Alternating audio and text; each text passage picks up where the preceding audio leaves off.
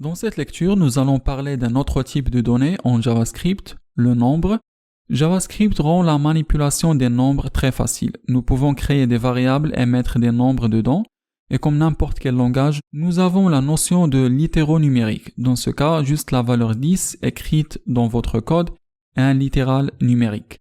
Mais si vous venez d'un autre langage de programmation, vous êtes susceptible d'être en train de penser « ça c'est quel type de chiffre? Quel type de variable?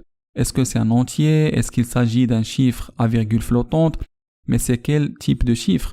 Nous n'avons pas posé ces questions en JavaScript car en interne, tous les chiffres de JavaScript sont des chiffres de 64 bits à virgule flottante.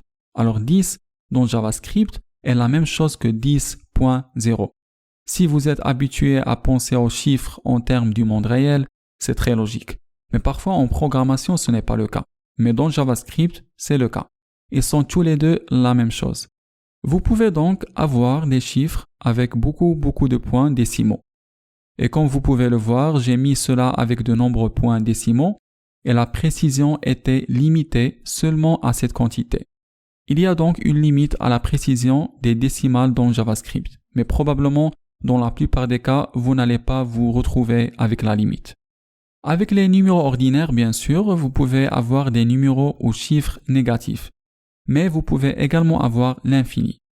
Infinity est un numéro connu. Il est orthographié exactement comme cela et il est sensible à la casse. Donc, il a besoin d'être commencé avec ce i majuscule.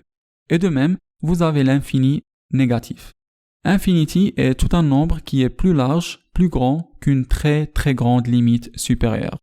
Alors les chances sont que vous n'allez pas rencontrer ça, mais sachez qu'il existe une telle chose dans JavaScript comme l'infini et l'infini négatif.